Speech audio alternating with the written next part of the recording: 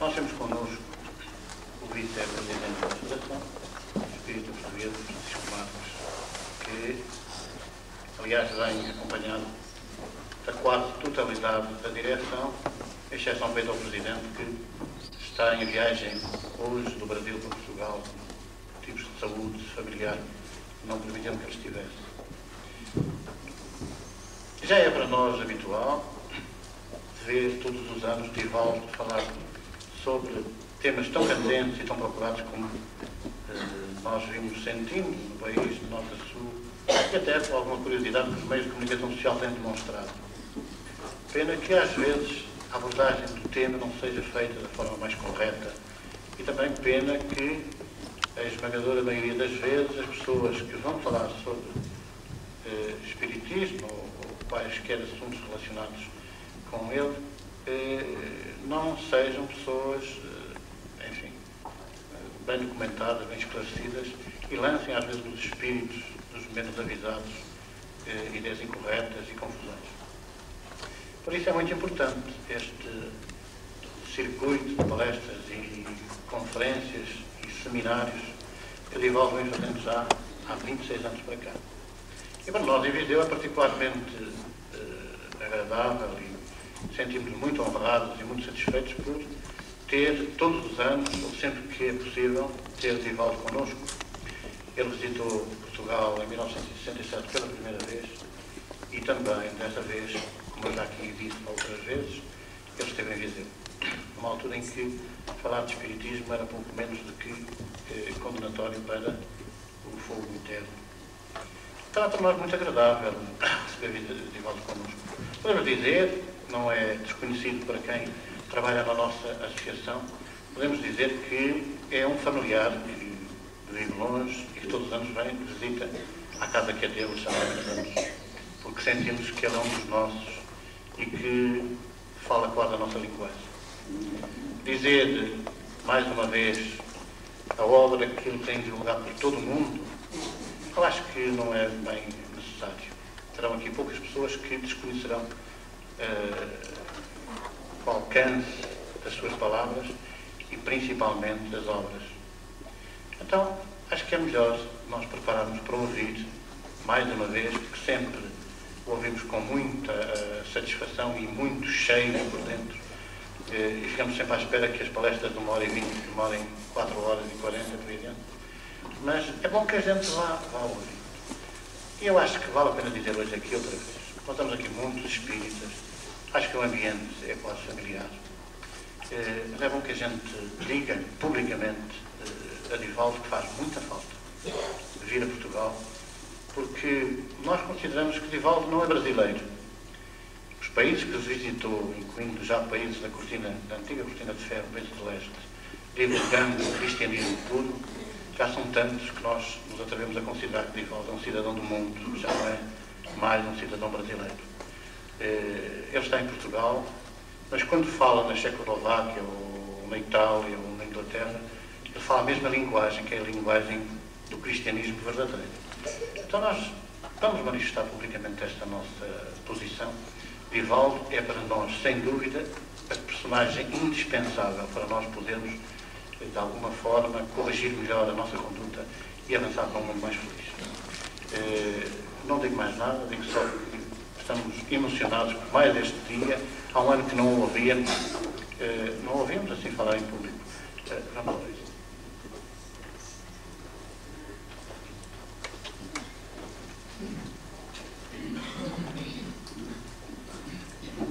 Senhoras, senhores, jovens, queridos irmãos no ideal espírita, abençoe-nos Jesus, o amigo incondicional das nossas vidas.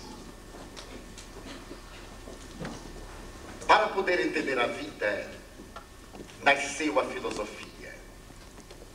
Para poder filosofar, os grandes pensadores procuraram saber o que era a morte.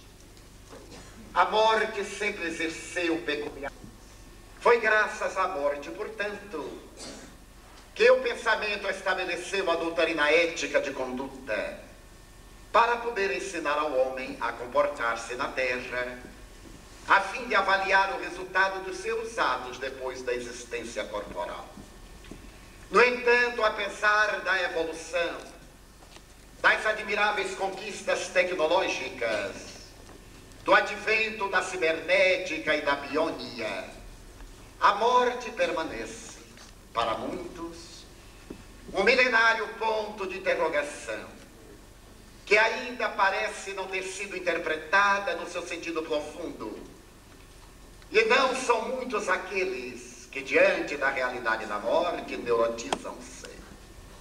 Carl Gustav Jung, um dos pais da psicanálise, estabeleceu que o enigma da morte é tão grave que, entre os transtornos de natureza neurótica, a morte é um dos fatores desencadeantes da psicopatologia.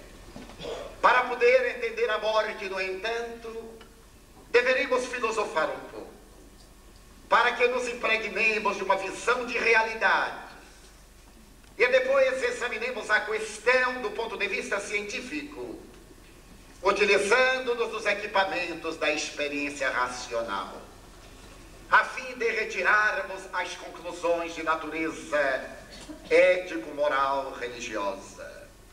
Há uma bela história com caráter lendário, em que se conta que um jovem vivia na cidade de Bagdá e trabalhava numa herdade de um homem muito rico.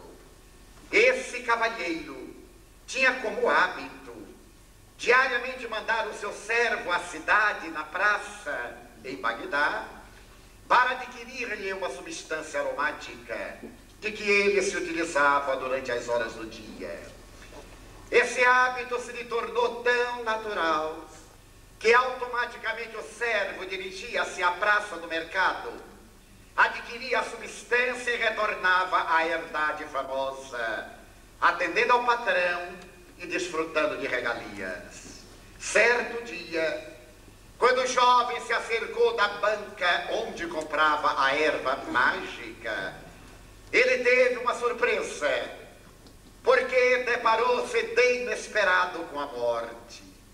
A estranha megera, coberta de negro, com expressão cadaverizada, ao ver o jovem, apresentou na face macerada uma expressão interrogativa de surpresa, e de imediato apontou-lhe um dedo ossudo para estupor do rapaz, que perdeu a mobilidade, ficando em estado de desesperação interior.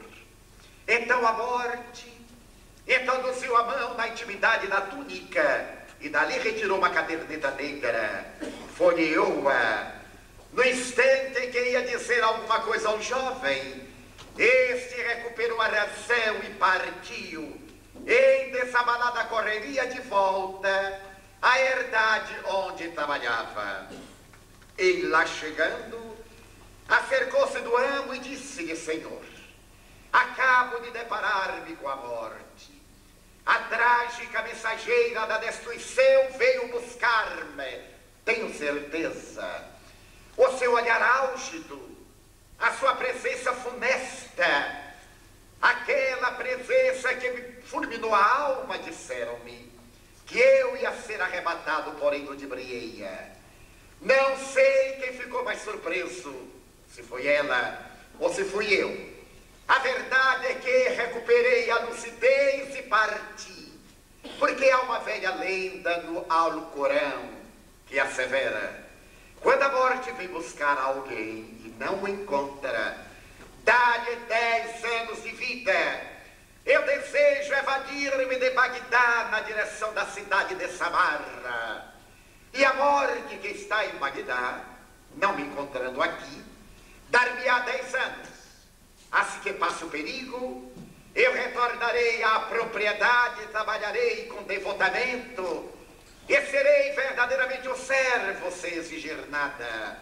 Rogo ao meu amo que me faculte um animal que possa partir de imediato na direção de Samarra, onde ficarei uma semana.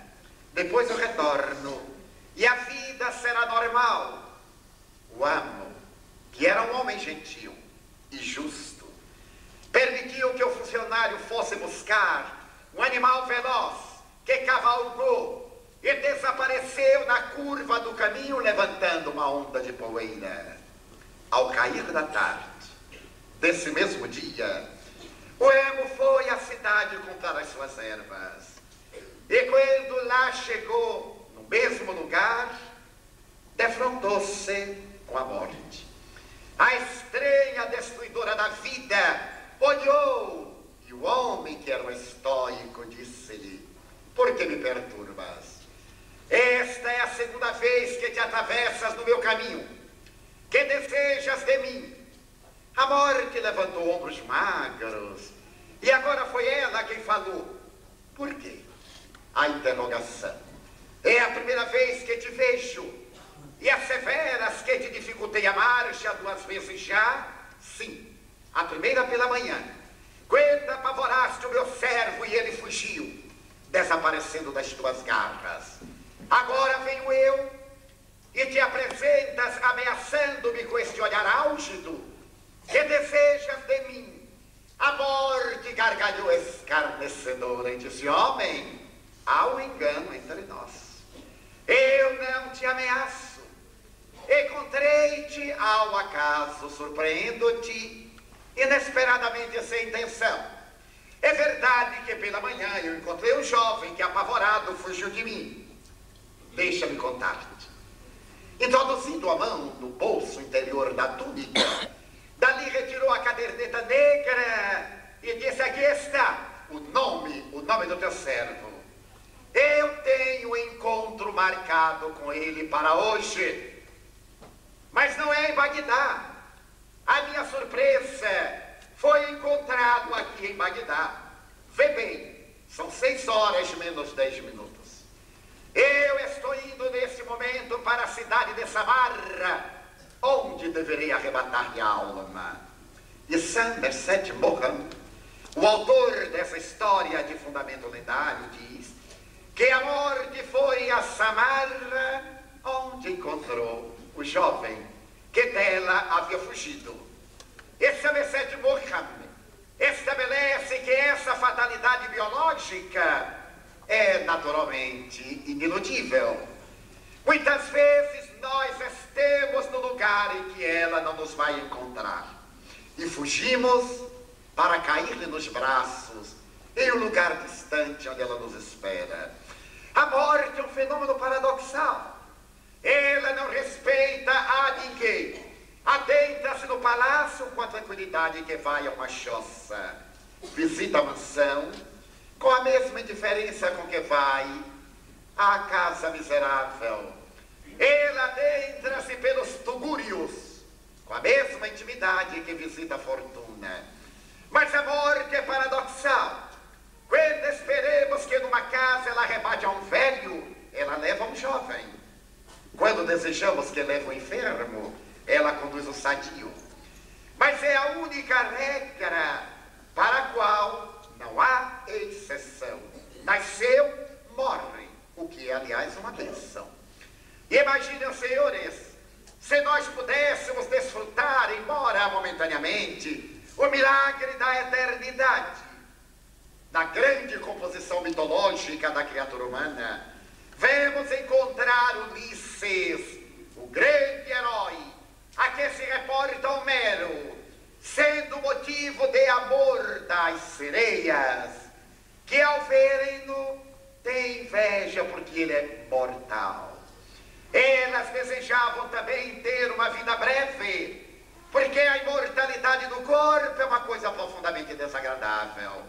Segundo Homero, possuir a imortalidade material é uma tragédia, porque por mais que a vida se alongue no corpo, esse deperece forças, degenera, desarticula-se e teme por enfraquecido perder a vitalidade e, portanto, transformar-se. Mas se é verdade que Ulisses, mortal, provocava a inveja das sereias, que eram imortais, nas grandes viagens de Gulliver, Seu autor conta que certo dia o viajante chega a uma cidade, onde ele descobre que ali, em cada 100 anos, nascia uma geração que era dotada do privilégio da imortalidade orgânica. E Gulliver sentiu-se fascinado e desejou ver aquelas pessoas que não iam morrer nunca. Levado ao pavilhão dos imortais, ele que ambicionava a imortalidade orgânica foi devorado por um grande choque, porque as pessoas estavam deformadas, anciãos, haviam perdido todo o fulgor da beleza, haviam perdido os pelos, os dentes, o brilho dos olhos, o semblante encaveirado, marcado pela deficiência orgânica, e Gulliver apavora-se e parte na busca da mortalidade orgânica. Na atualidade, uma admirável psiquiatra suíça, naturalizada americana, a doutora Elisabeth Kübler-Ross, fez uma análise profunda a respeito do problema da morte. Por que a morte é tão importante? Porque a detestamos e porque muitas vezes tentamos disfarçar o seu ritual trágico através das exéquias, através de um velório, através da inumação cadavérica em mausoléus e não crematório, para poder entender esse verdadeiro paradoxo. Essa médica que foi trabalhar no Hospital Psiquiátrico de Chicago, pertencente à Faculdade de Medicina da Universidade do mesmo nome, resolveu fazer uma experiência quase macabra, materialista de formação naquela época.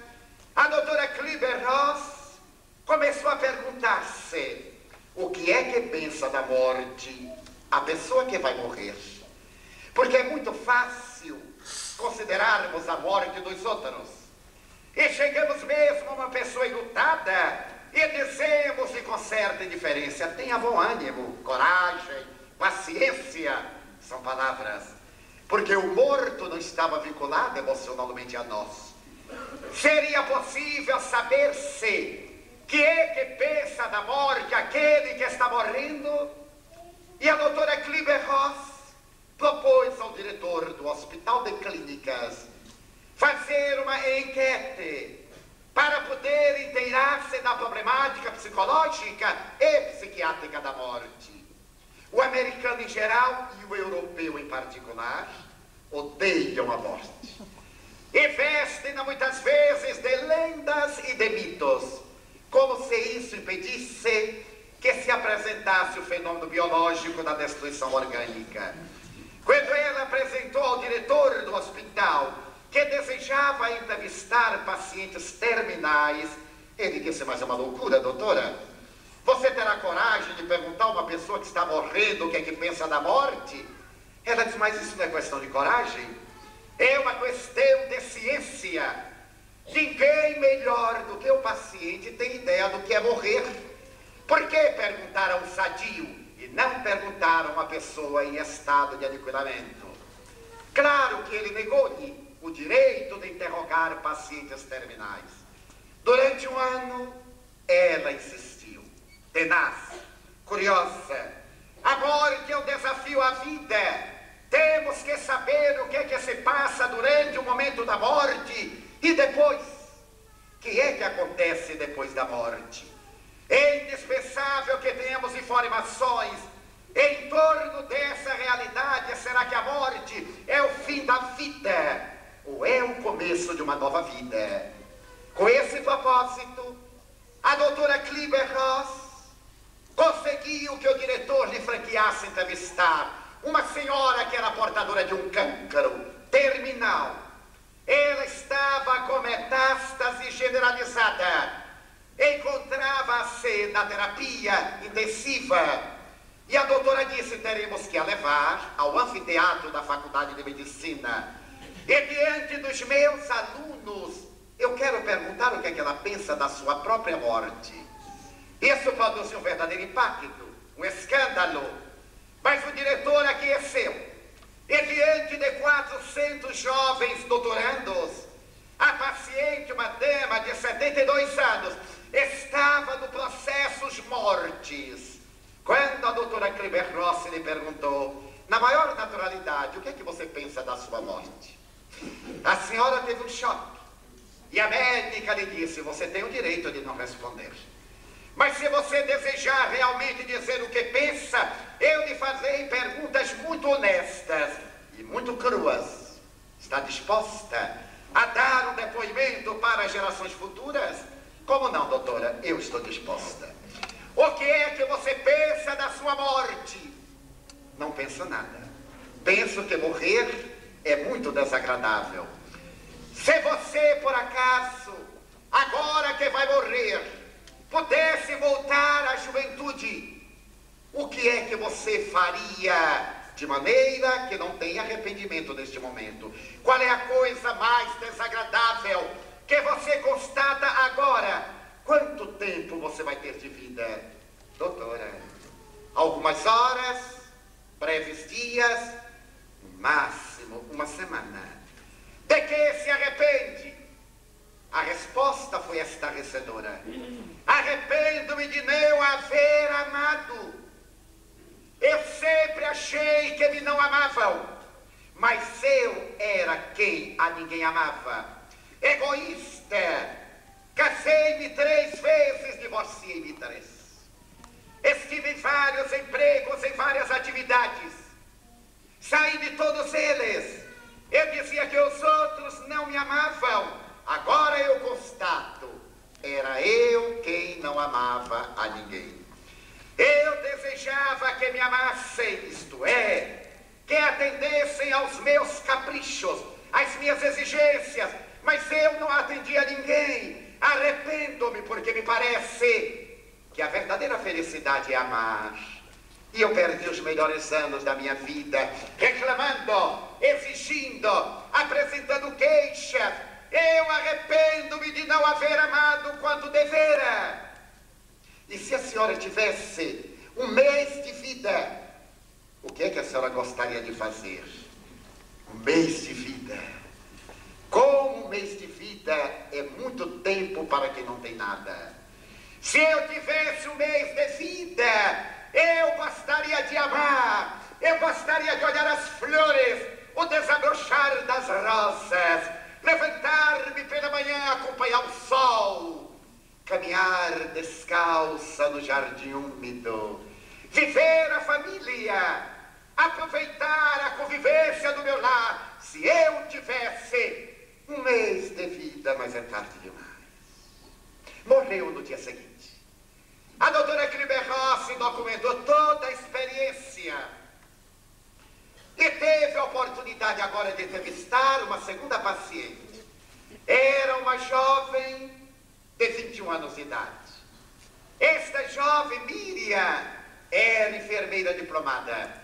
Estava com leucemia perniciosa, um tipo de câncer do sangue. Estava também no momento terminal. E a médica perguntou-lhe, você teria coragem de responder as minhas perguntas? Sim, doutora.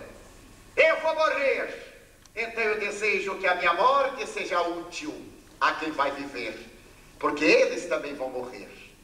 Levada ao anfiteatro da Faculdade de Medicina, Miriam, pálida, o olhar sem claridade luminífera, estava ali atendida por agentes terminais. 400 jovens olhavam-na e pensavam na tragédia do seu próprio cotidiano. A doutora Rossi perguntou-lhe, você sabe quanto tempo terá de vida? Doutora, eu sou enfermeira. 1 semana, 10 dias, uma parada cardíaca. Nenhuma transfusão de sangue faz-me qualquer bem, nem mesmo plasma. Eu estou morrendo, falta apenas apagar a luz. Miriam, se você leva alguma marca, algum ressentimento da terra? Não, já não. Doutora, estamos em maio. Eu ia receber uma homenagem em julho com meu diploma. Ia casar-me. Eu era noiva. No mês de fevereiro, quando eu recebi o diagnóstico de leucemia, meu noivo me disse: venho acabar o noivado com você. Eu fiquei tão magoada, porque ele é um covarde, não é um homem. Ele disse-me mais: eu não tenho coragem de vê-la sofrer. Para poupá-la ao sofrimento, eu venho desmanchar o noivado. Era um covarde. Ele não tinha coragem de ver-me sofrer e deu-me uma carga ainda pior. Poderia ter um pouco de paciência, porque ele sabia que eu ia morrer. E se eu ia morrer e perdê-lo antes de morrer era muito pior. Mas é que ele nunca me amou. Ele amava meu corpo jovem, a minha posição social, a minha carreira. Não era um homem, era um esbirro. Odiei-o. Odiei-o e piorei de saúde.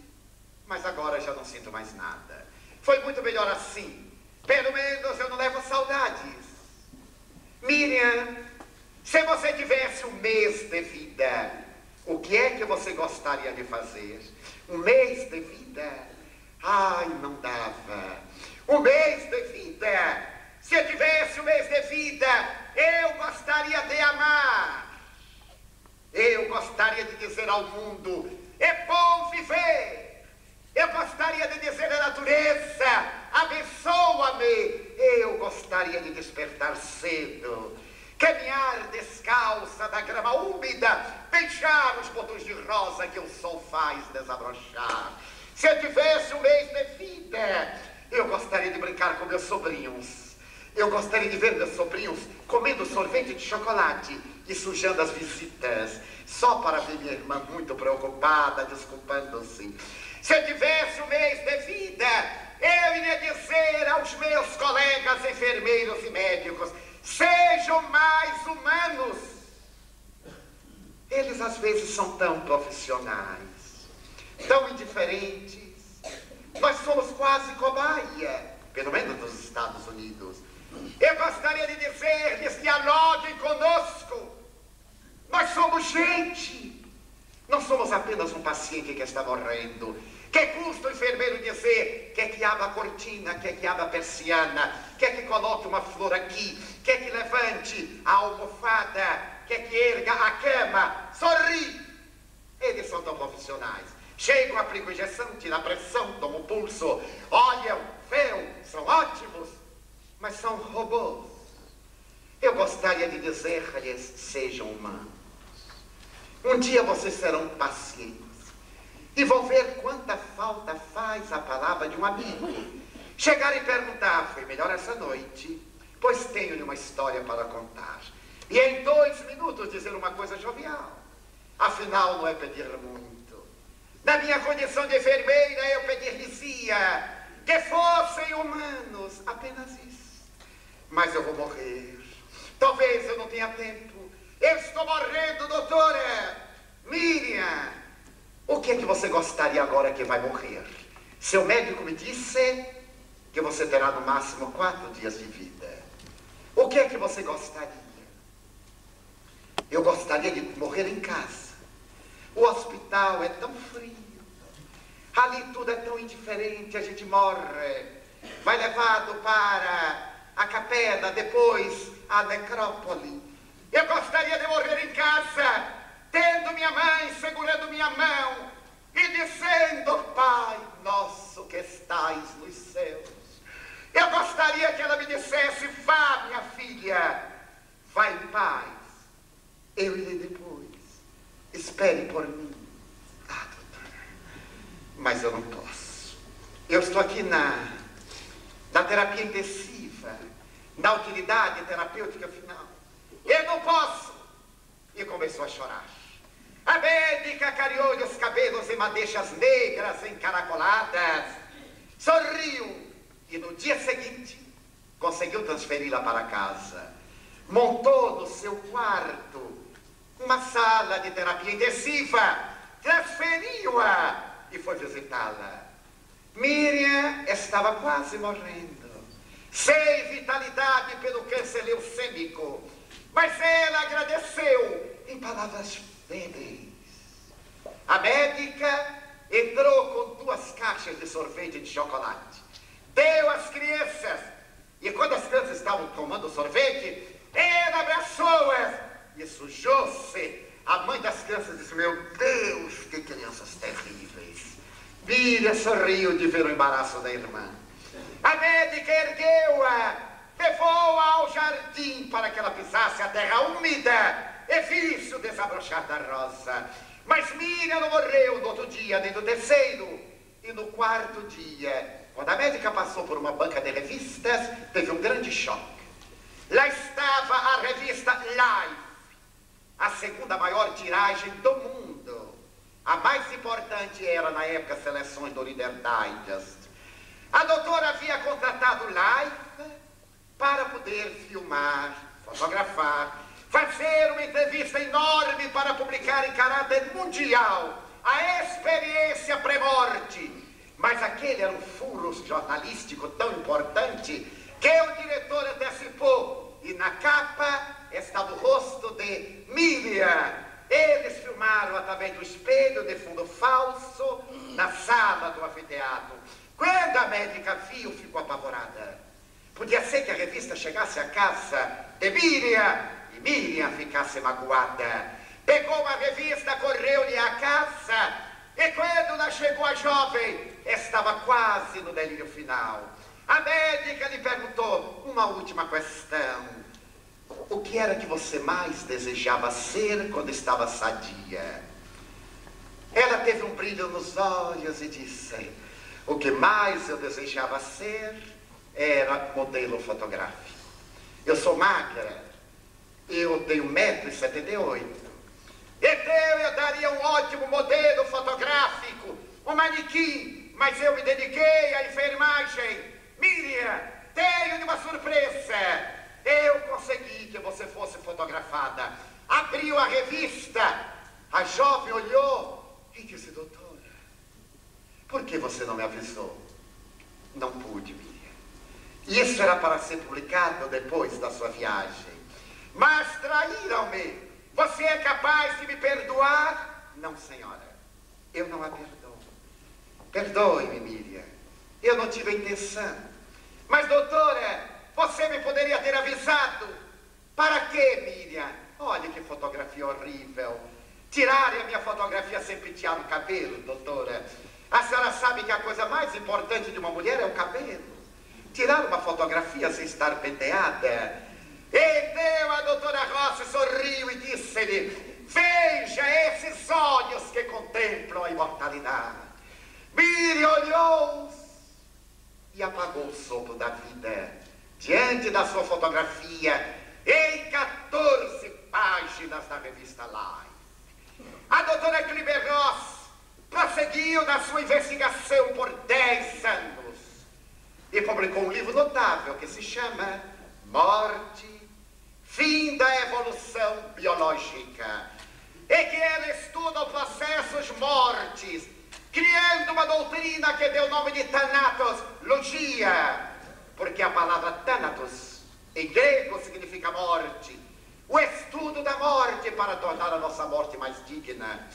Essa psiquiatra extraordinária conseguiu criar nos Estados Unidos e hoje no mundo um grupo de psicólogos, de terapeutas, de sacerdotes, de assistentes sociais para atender aos que estão morrendo. Quando a pessoa está na fase terminal em vários hospitais, pode pedir o seu pastor, o seu confessor, o seu sacerdote, pode pedir a presença do psicólogo para falar-lhe que depois da morte, a vida, que morrer não é a estação terminal. A morte é uma porta que se abre na direção da vida, ensejando ao indivíduo o prosseguimento da jornada. Isto porque, depois de 10 anos de pesquisas com pacientes terminais, a doutora Rossi veio morar na Califórnia. E na Califórnia, assistindo às sessões mediúnicas, ela teve a certeza de que a morte não mata a ninguém. Vários daqueles pacientes terminais vieram dizer-lhe que continuavam vivos. Miriam, através de uma jovem da cidade de Mesa Alta, certo dia apareceu a doutora e falou-lhe: doutora, por que você não me deixou pentear o cabelo antes do meu retrato? O que me fez recordar uma bela história real a respeito de um homem notável desse século. Trata-se do Bhagavan Swami Sai Baba, personagem a quem conhecemos pessoalmente há 4 ou 5 anos atrás, em Bangalore, na Índia. Na encarnação anterior de Sai Baba, ele era chamado Baba Derish. E quando ele estava para morrer, reuniu seus discípulos, despediu-se, mas não conseguiu morrer. Porque uma discípula, uma devota, ficou olhando para ele e com a mente pedia que ele desatasse os laços materiais. O Baba, já septuagenário, depois de perceber que a mente da jovem prendia-o à matéria, disse-lhe: não se preocupe, eu não vou morrer agora. Eu gostaria que você fosse à cidade para fazer-me o favor de comprar-me este objeto. Deu-lhe uma nota de 100 rupias, a moeda da Índia, e mandou que ela se fosse. Quando ela se foi, ele morreu, porque ficou livre do pensamento dela, como só ia acontecer em muitos lugares, que o paciente terminal não morre por causa da nossa mente sobre ele, impedindo-lhe a libertação. Mas o Baba anunciou que se iria reencarnar em 1924, 8 anos depois. Ele se ia reencarnar na cidade de Prashanti Nialan, ou Morada do Céu, no sul da Índia, que ia nascer numa família pobre. E quando ele chegasse à idade adulta, ele queria outra vez falar aos seus discípulos que deviam ir visitá-lo para que ele os reconhecesse a todos. Em 1924, na cidade de Prashanti Nialan, nasceu uma criança chamada Satya Sai. Satya Sai era um menino normal, até que a partir dos 5 anos, ele começou a fazer coisas prodigiosas, entre aspas, fenômenos paranormais. Ele brincava com as demais crianças e materializava frutos, deuses, moedas, e tornou-se uma criança mágica. Quando ele chegou aos 9 anos, ele disse à família: não irei mais à escola, porque os professores não têm o que me ensinar. Eu sou a reencarnação de um outro Baba.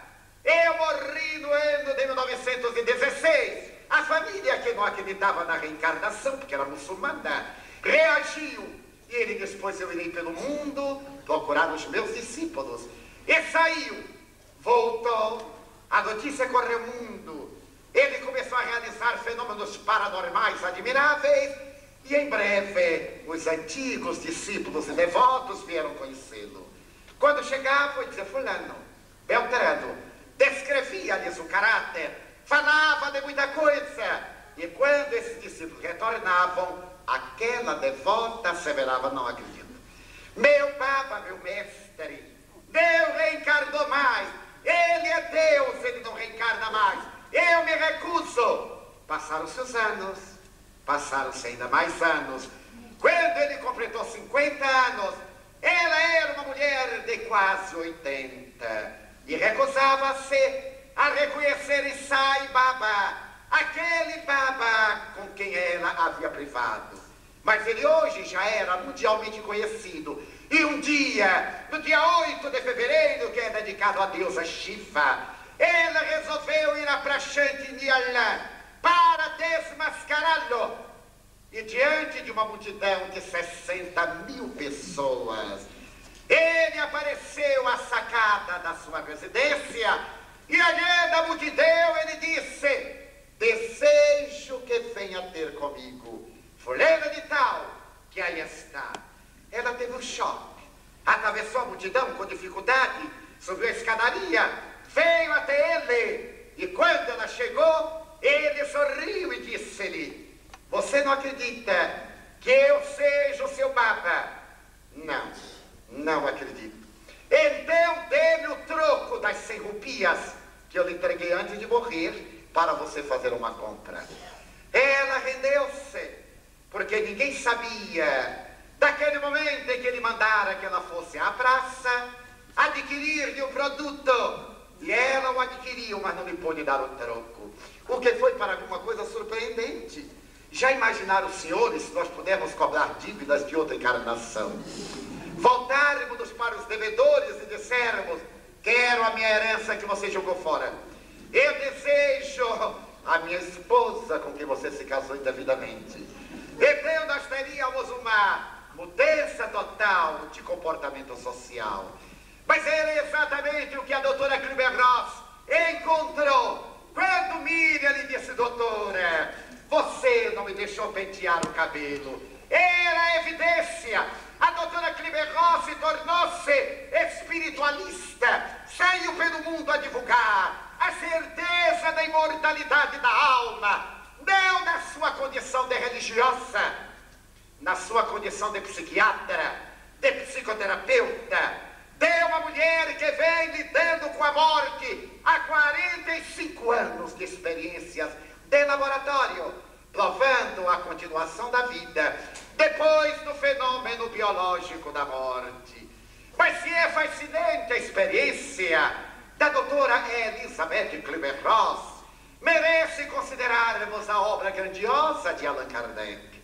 Foi ele, esse admirável discípulo de Pestalozzi, quem, na metade segunda do século XIX, teve a coragem de adentrar a sonda da investigação do problema vida-morte ou na dicotomia morte-vida. Foi ele que, observando mesas que se agitavam, que produziam ruídos, que bailavam, le table tournante, como diziam os franceses, ele se deteve a examinar e depois de olhá-los, na primeira terça-feira de maio de 1855, ele disse: não é possível.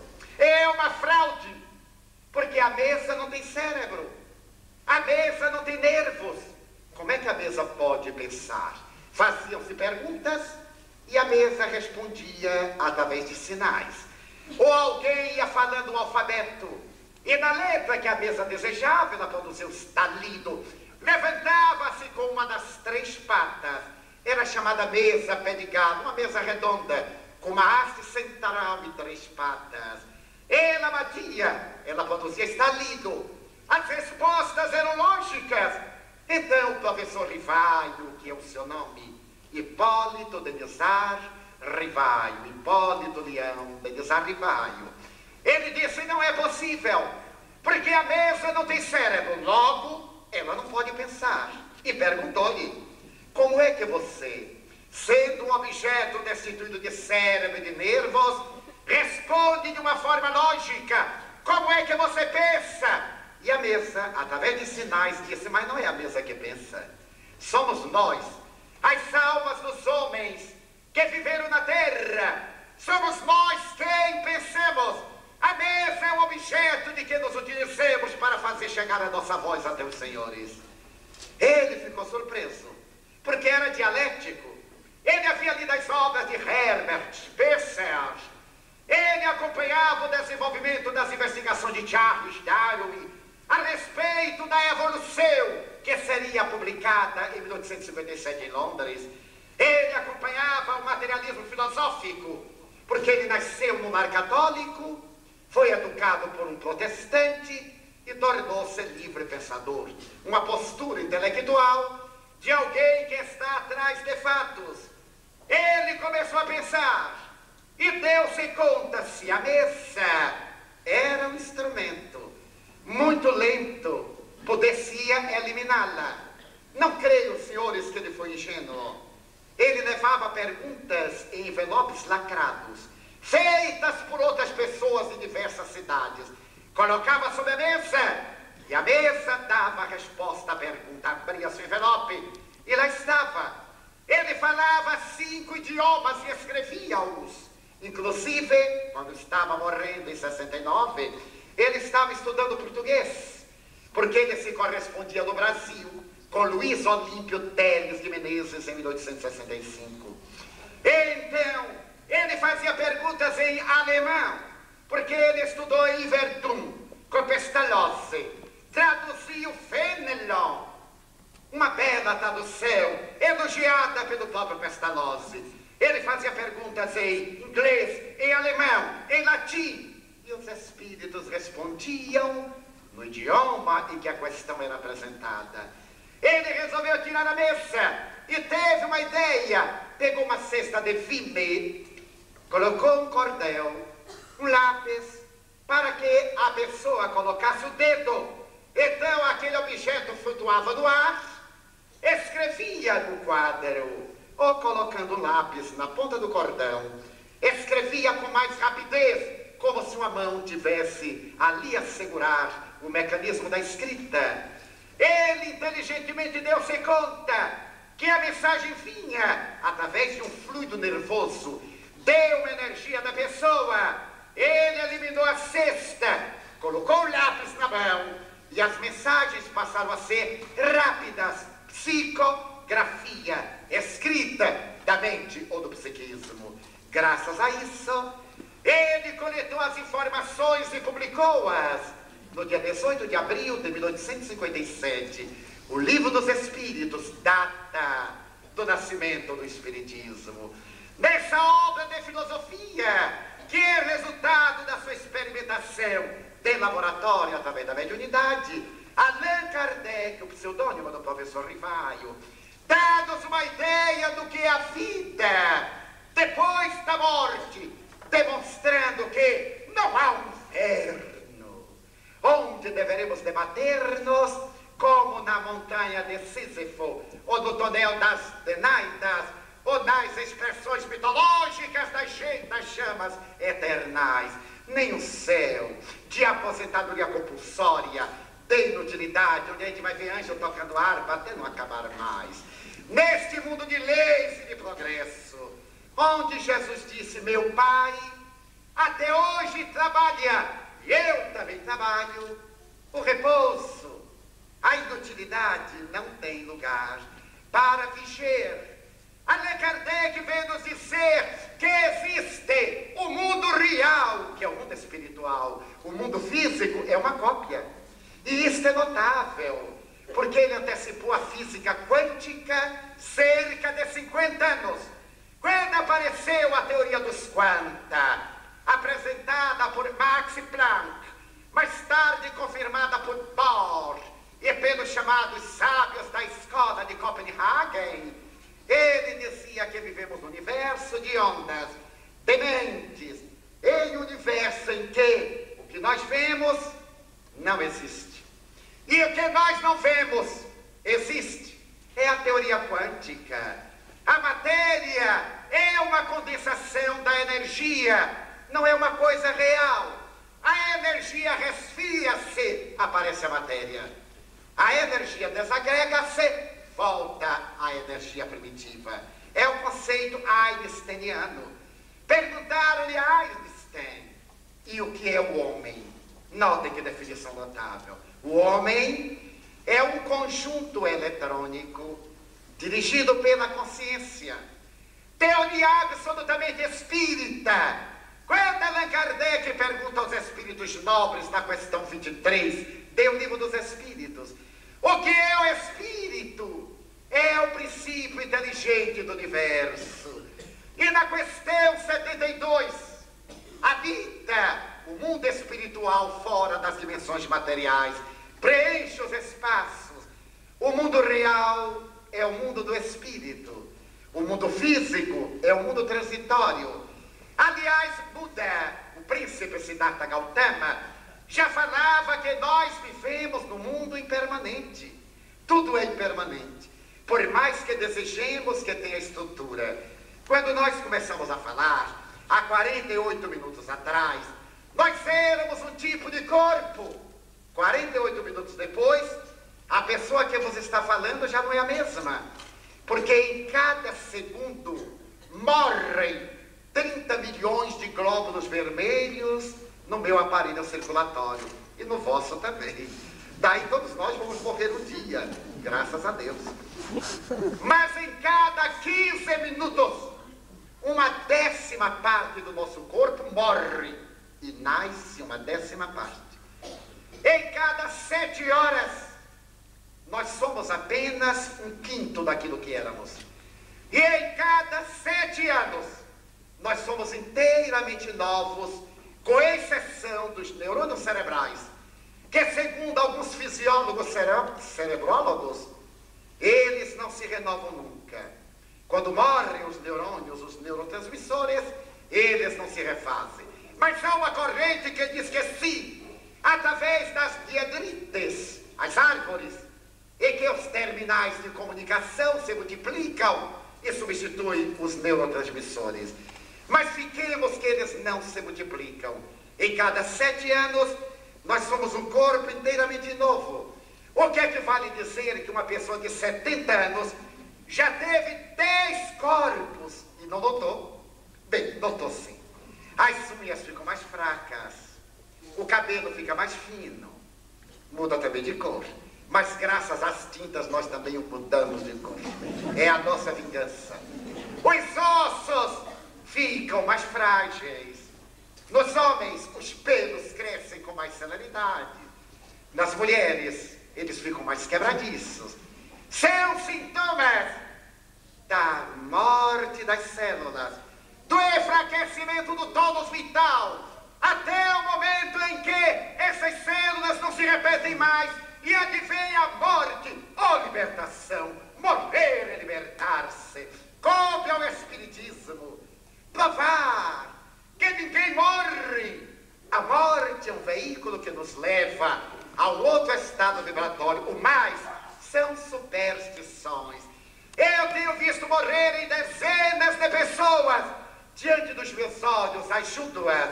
Chamam-me muito para visitar moribundos, porque as pessoas têm a velha tradição católica e quando encontram um médium querem transferir para o médium a posição de padre, que não dá, mas deixa pra lá. Então convidam-me, e nós temos tanto medo da morte, uma hipocrisia tão grande, que às vezes chamam-me para visitar uma pessoa que está com um cancro terminal. E quando eu chego, dizem-me assim: olha, Divaldo, não diga que vai morrer. Eu digo, então não entro.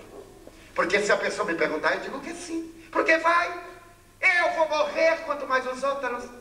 Se eu estou preparando a minha morte, melhor é preparar a morte dos outros. Ah, mas não diga. Eu digo, então não entra, é uma farsa. A pessoa está morrendo e pergunta, o que é que há? Ah, você não vai ao baile da primavera? Você vai à festa de São João? Negativo. Não iremos dizer, você vai morrer. Eu tenho uma técnica. Quando a pessoa está muito ruim, pergunta, o que é que você acha? Eu digo, ah, meu bem, eu possivelmente vou morrer antes de você. Porque todo mundo gosta que a gente morra antes. Mas ele também gosta que ele morra antes. Então essa técnica funciona. Eu digo, olha, eu vou morrer antes de você. Você está aí na cama, está bem guardado. Eu, quando sair, é possível que um automóvel me pegue e me mate. Porque no Brasil, nós temos o maior índice de acidente de trânsito do mundo. Morrem no trânsito 55.000 pessoas por ano. Mais do que na guerra do Vietnã, em 5 anos. É morrer muita gente. E continua morrendo. Então eu digo, é possível quando eu sair eu morra. E você até vai ao meu enterro. A pessoa fica bem contente assim, Ave Maria. Depois que ele fica contente, eu digo assim, mas é mais natural que você morra antes. Porque você está doente. Você está aí se despedindo. Eu não desejo que você morra. Mas já imaginou, você está com dores? Ah, estou. Você está com metástase? Ah, estou. Você já imaginou tudo isso passar? Você adormecer, morrer não dói. Os espíritos me dizem que morrer é um fenômeno como o do sono. Você tem a sensação de um elevador que desce e pronto. Quando abrir os olhos, sua mãe, seu pai, seu filho, seu avô, o espírito amigo acercar-se-á e dir-lhe-á, como vai, fulano? Então você vai dizer assim, meu Deus, você já morreu. E ele dirá, você também. Note que maravilha. Você não sentiu nada. Você vai ter uma alegria tão grande, que vai sentir-se pleno, oceno. Divaldo, você me garante? Eu digo, com certeza. E aí eu seguro na mão já para preparar a viagem. Quando eu segurar na mão, ninguém se engane. Eu digo, não, meu bem, vai em paz. Relaxe, tranquilize. E vejo-os abandonando abandonaram o casulo como verdadeiras borboletas que abandonam a lagarta, ou que abandonam o estado de hibernação. Sai da terra! Se foram pessoas honradas que cumpriram o seu dever, saem tranquilas. Mas se não foram, saem perturbadas, porque não há milagre. É como a cirurgia. Cada um desperta no pós-cirúrgico com o caráter com que foi operado. O pós-cirúrgico não muda o moral de ninguém, nem a conduta. A pessoa desperta da anestesia com seus valores positivos e negativos à morte. É um anestésico. Muita gente diz assim, mas dói muito. Não dói nada. Porque é um apagar da consciência. Ah, mas o doente chorou. Não chorou coisa nenhuma. Quando advém a morte, os esfíncteres que retêm os líquidos e as substâncias orgânicas afrouxam-se. As lágrimas retidas no canal lacrimal, porque houve a abertura do esfíncter, escorrem. Mas ele não está chorando. Ah, mas ele me olhou tanto, parece que ele queria me dizer coisa. Queria nada. Na hora da viagem, ele quer se ver livre do povo da terra. Não queria. E se queria, perdeu. Porque teve tantos anos para dizer. Por que ia dizer na hora da morte? Muita gente me procura. Ah, meu pai queria me dizer uma coisa. Será que o senhor poderia perguntar? Eu digo, mesmo que pudesse, eu não diria. Ele viveu com você 50 anos. E guardou para dizer na hora da morte, isso é sadismo. Ele que fique lá agora atormentado de outra vez. Na outra encarnação ele conte logo no começo. As viúvas às vezes me dizem, ai, eu sei que meu marido tinha uns documentos. Será que o senhor pode perguntar onde estão? Eu digo, é melhor a senhora ir ao notário, fazer um levantamento. Porque a história universal é célebre. Um dos 7 sábios da Grécia, depois de haver assassinado a esposa, Melissa, Periandro era o sábio, foi interrogar a médium da Desdemona. E quando Melissa se incorporou, ele perguntou-lhe, meu bem, depois que a matou, aonde você guardou as joias? Ela disse, nunca lhe direi. E não disse. Boa mulher. Porque se ela tivesse dito, ele ia dar para outra, que veio depois. Não é justo. Então a morte tem uma mensagem de beleza. E o Espiritismo veio dizer-nos, não lamentemos os nossos mortos. Lamentemos sim a conduta negativa, se tiveram. E exaltemos a conduta positiva, quando a tiveram. Jesus é o exemplo. 3 dias depois, ou melhor, 2 dias e uma terceira manhã, ele aparece a Maria, a antiga equivocada de Magdala. E quando ela grita ali em aramaico, Rabone, mestre querido, ele sorri e diz Maria. Ela vai abraçá-lo. Não me toques.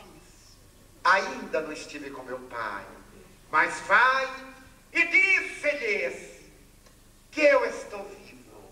Ela foi e deu as boas novas, o Evangelho. Alguns duvidaram, mas ele voltou. E voltou várias vezes para demonstrá-lo. Qualquer um dos senhores de orientação católica deve ter lido a vida de Santa Brígida de Vadstena, a rainha sueca, que teve 7 filhas, abandonou um dia a coroa da Suécia, converteu-se e a igreja elegeu a santa. Ela também teve uma filha portadora de excelente mediunidade. Santa Brígida de Vadstena fazia viagens astrais, visitava as regiões de sofrimento do mundo espiritual. E quando voltava, aconselhava ao Papa a respeito da vida espiritual. Santa Josefa Menéndez, a santa espanhola que morreu em Tours, na França, em 1932. Ela fazia o panegírico da vida espiritual, onde vivia e foi consagrada e santificada. Já me não reporta Santa Teresa d'Ávila, o taumaturgo português, Antônio de Pádua, ou a São João da Cruz, o Pedro de Alcântara, esses místicos medievais contato com a vida espiritual. A mediunidade de todos nós não é privilégio.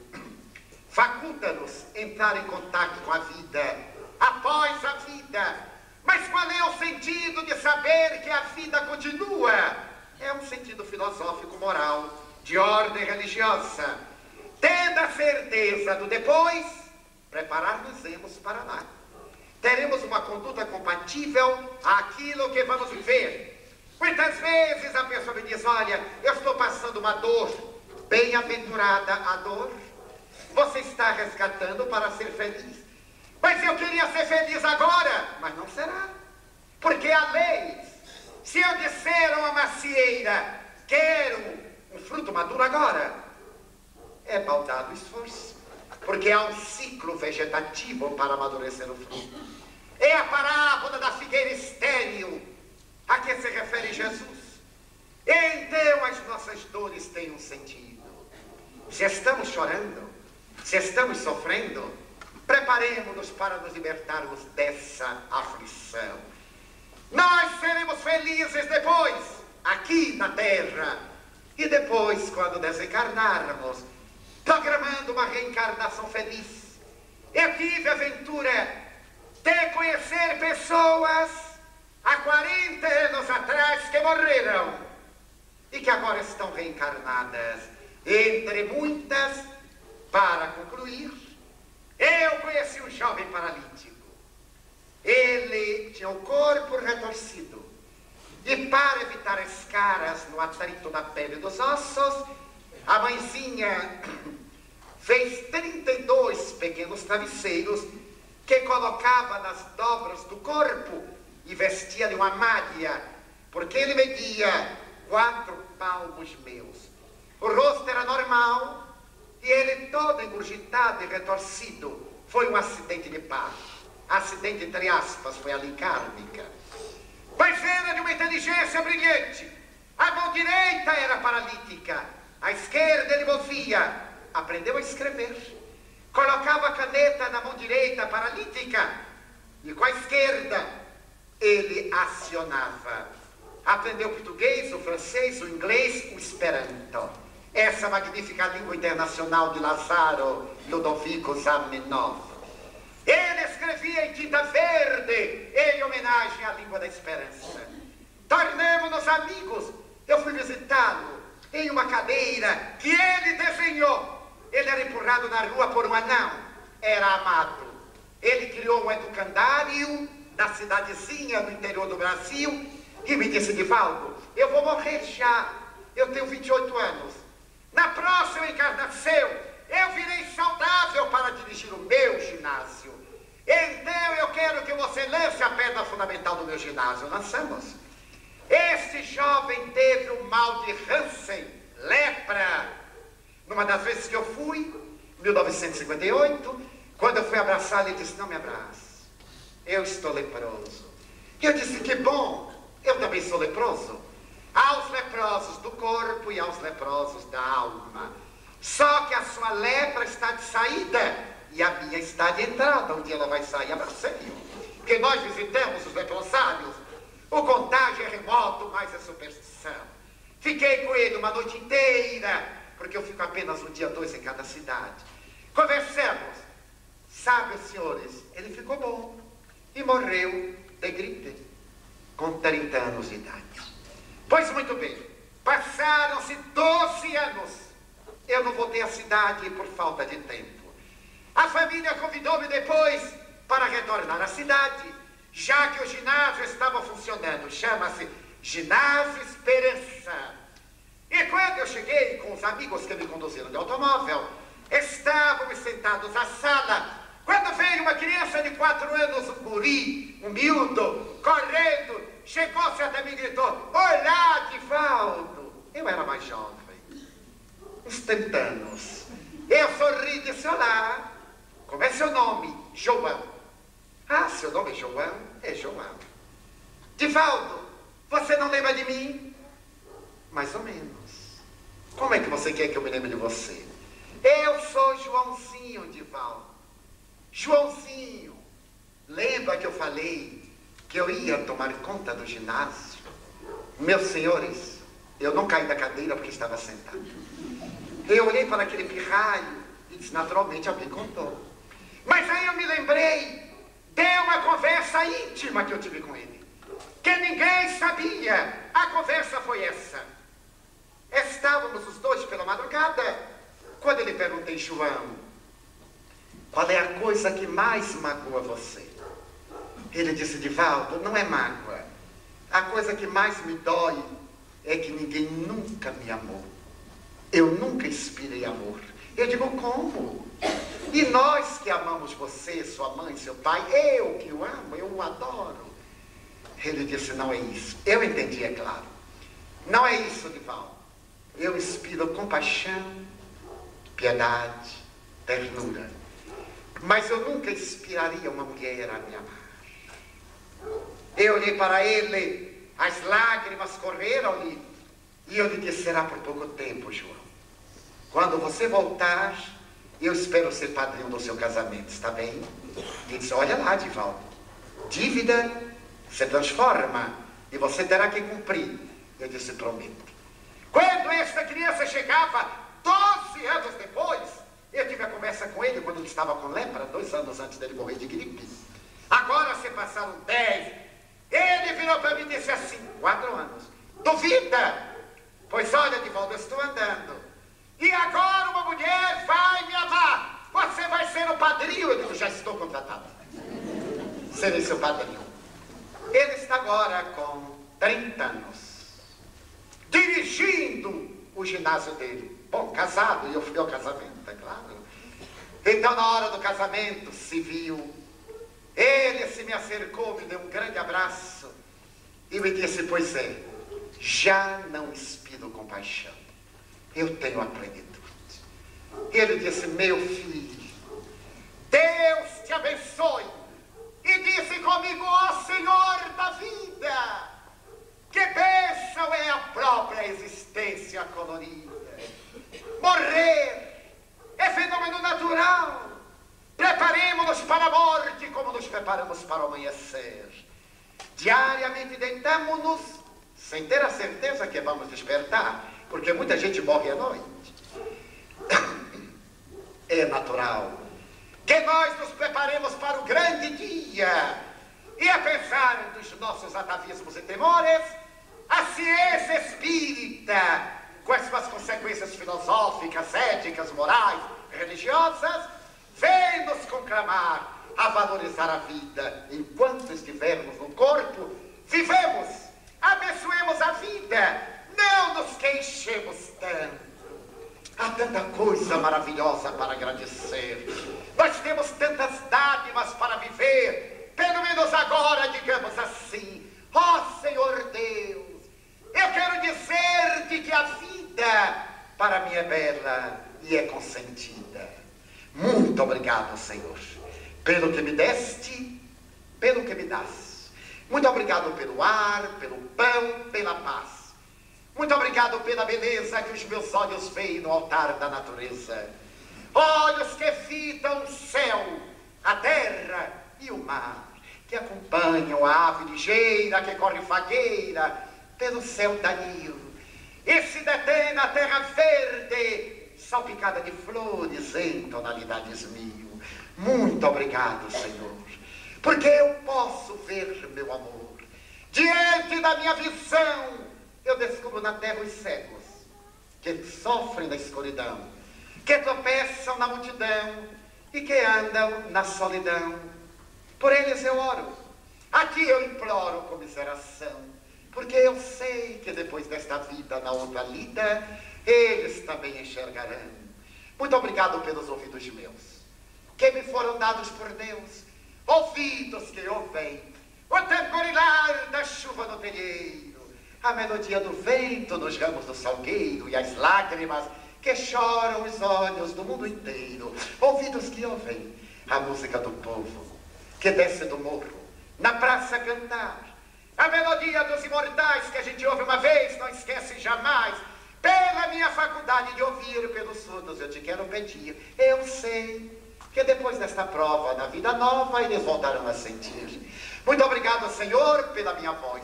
mas também pela sua voz, pela voz que ensina, que evangeliza, pela voz que ilumina, pela voz que canta uma canção, que o teu nome profere com sentido e emoção. Diante da minha melodia, te quero rogar por aqueles que choram na afasia, os que não cantam de noite, os que não falam de dia, oro por eles. Eu sei que depois desta dor, no teu reino de amor, voltarão a cantar. Obrigado pelas minhas mãos, mãos que aram, mãos que semeiam, mãos que agasalham, mãos do amor, mãos de ternura, que libertam da amargura, mãos de caridade e de solidariedade, mãos que apertam mãos dos adeuses, que pensam feridas, que enxugam lágrimas e suores das vidas, pelas mãos de sinfonias, de poesias, de cirurgias, de psicografias, pelas mãos que atendem a velhice e o desamor, pelas mãos que no seio embalam o corpo de um filho alheio sem receio, e pelos pés que me levam a andar sem reclamar. Muito obrigado, Senhor, porque eu posso bailar diante do meu corpo perfeito. Eu te quero louvar, porque eu vejo na terra aleijados, infelizes, amputados, marcados, paralisados, deformados, e eu posso andar, oro por eles. Eu sei que na outra reencarnação, depois desta expiação, eles também bailarão. Muito obrigado, por fim, pelo meu lar. É tão maravilhoso ter um lar. Não é importante se esse lar é uma mansão, ou se é uma favela, se é um palácio ou uma tapera, se é um ninho, um gravado de dor, uma casa no caminho, um bangalô, seja lá o que for. Mas é importante que dentro dele exista a figura do amor de mãe ou de pai, de esposa ou de marido, de filho ou de irmão, a presença de um amigo, alguém que nos dê a mão, porque é muito triste viver na solidão.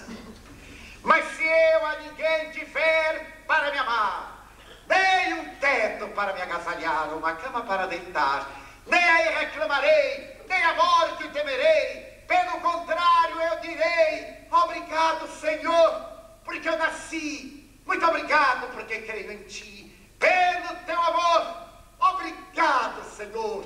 Muito obrigado, Senhor.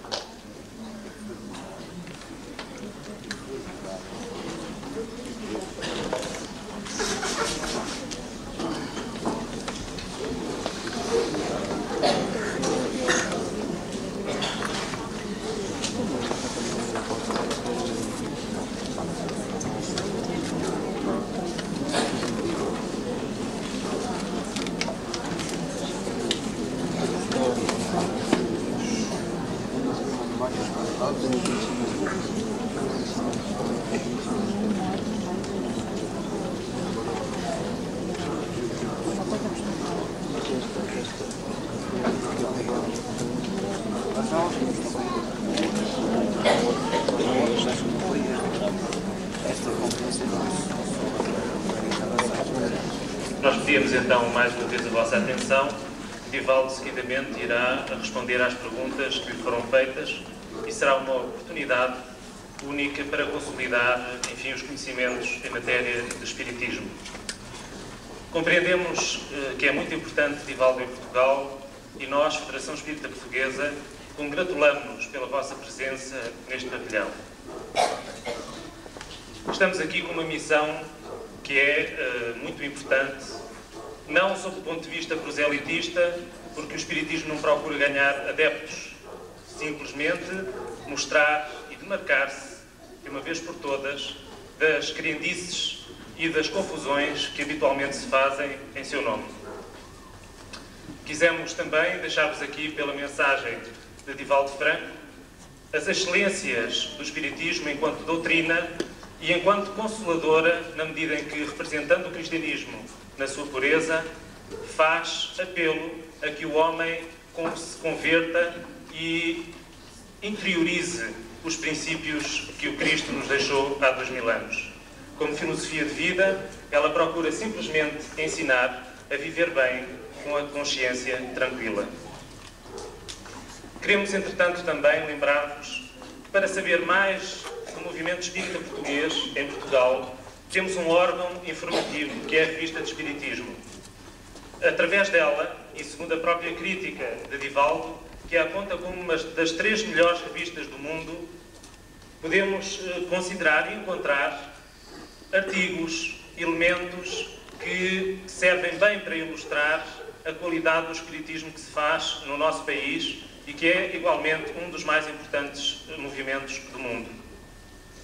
Queremos também deixar, enfim, esta referência, no sentido de que, para falar de espiritismo em Portugal, há uma entidade capaz de o fazer com segurança. É a Federação Espírita Portuguesa, que representa as associações espíritas do país e representará também todas as criaturas de boa vontade que desejem, de espírito aberto e numa atitude de livre pensamento, conhecer mais sobre o espiritismo. Estamos então aqui ao vosso dispor para quaisquer dúvidas. Entretanto, passamos a palavra ao Divaldo, agradecendo mais uma vez em nome dos meus colegas de direção da Federação Espírita Portuguesa a vossa presença e para todos o nosso bem-aja. Muito obrigado.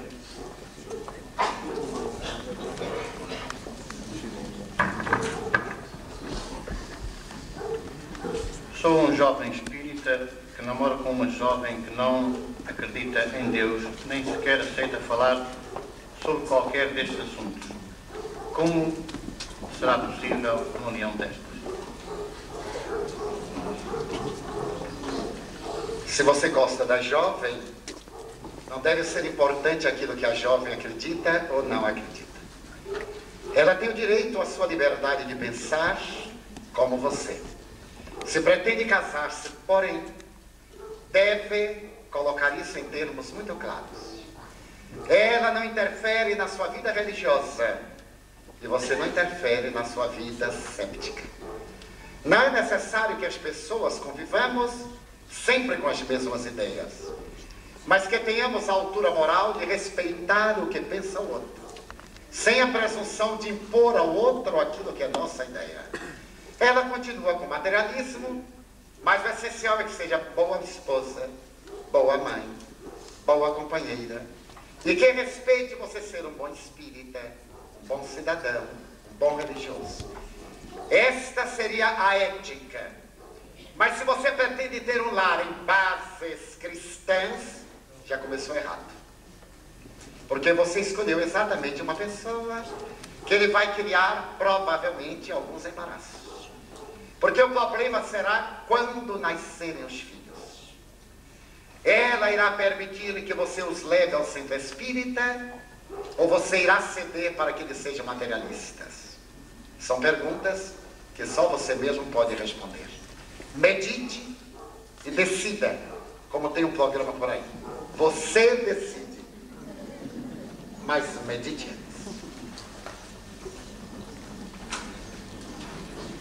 Irmão Divaldo, gostaria que nos esclarecesse sobre por que morrem tantas crianças e dissesse alguma coisa sobre as leis kármicas. Morrem crianças porque morrem velhos. E não morrem muitas crianças, senão a sociedade desapareceria. O óbito infantil é muito menor do que o óbito normal. Ocorre que quando se trata da morte de uma criança, produz um impacto. Nós esquecemos que só a criança forma. O espírito que esse corpo habita é um espírito que está multimilenário, da forma infantil, e que veio à Terra para concluir uma etapa. Terminada a etapa, ele retorna. Consideremos que eu agora suicide-me por um desgosto, por um desequilíbrio que não vai acontecer. Então eu ficarei devendo às divinas leis X meses, X anos, que ainda me faltavam. Eu reencarno-me e terei um período de vida curta. Desencarnando criança, eu cumpri a etapa que interrompi agora. Daí, as crianças desencarnam porque morreram um fenômeno biológico. E a respeito das leis kármicas, é claro, não seriam 2 ou 3 conferências. Convidamos a pessoa para que vá ouvir amanhã um seminário de 7 horas sobre o tema. Mas poderíamos dizer em poucas palavras: você colhe o que semeia. É o ditado português: quem semeia ventos, colhe tempestades. Nós somos o que fazemos de nós. O destino nós criamos. A palavra karma, sânscrito, significa efeito. Então, os nossos atos têm bons e maus efeitos, de acordo com o tipo da semeadura que nós realizamos.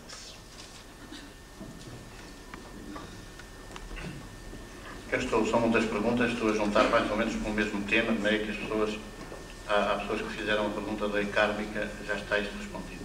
Eu vou aqui ler 3, tem mais ou menos ligação. Como é o pós-morte dos que provocam guerras e como reencarnam depois? Como fica o espírito, ou qual a situação do espírito, quando o corpo se encontra em estado de coma? E porque é que todas as pessoas têm medo de desencarnar?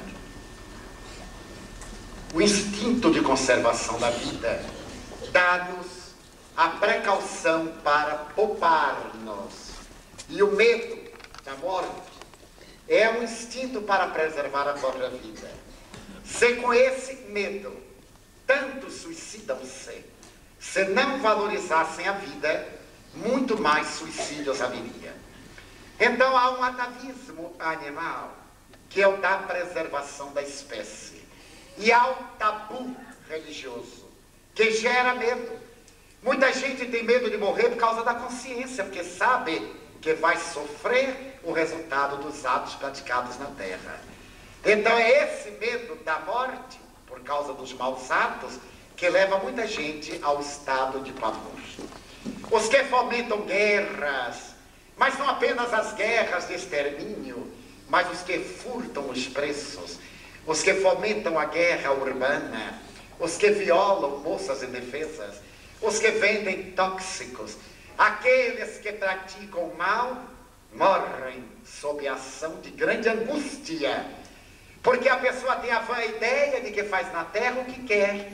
Quando chega a morte que ele não pode impedir, desespera-se e morre em profundo desequilíbrio, continuando profundamente infeliz, o que seria um estado infernal, de consciência ultrajada, de desequilíbrio, e perturbado fica, às vezes perturbando as criaturas, o que gera o fenômeno das obsessões.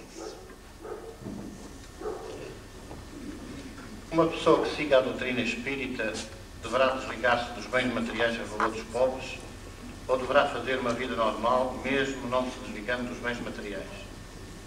Vejo-me frequentemente na situação de esclarecer alguém, mas por diversos motivos só consigo esclarecer magoando-a sentimentalmente. Se a caridade me impede de a magoar, mas simultaneamente me obriga a responder, pergunto que ou como proceder quando a minha própria consciência se debate na dúvida. A consciência não está em dúvida. Ela está em conflito, porque a consciência sabe como nós devemos agir. Tanto sim que a pessoa reconhece que erra. Não temos o direito de magoar a ninguém, nem de ser rudes com ninguém, nem de dar respostas grosseiras a ninguém. E muito menos magoar a quem ama. Isto é sadismo, ou sadomasoquismo. É uma patologia, necessita de médico. Quando alguém magoa quem ama, é um distúrbio sexual.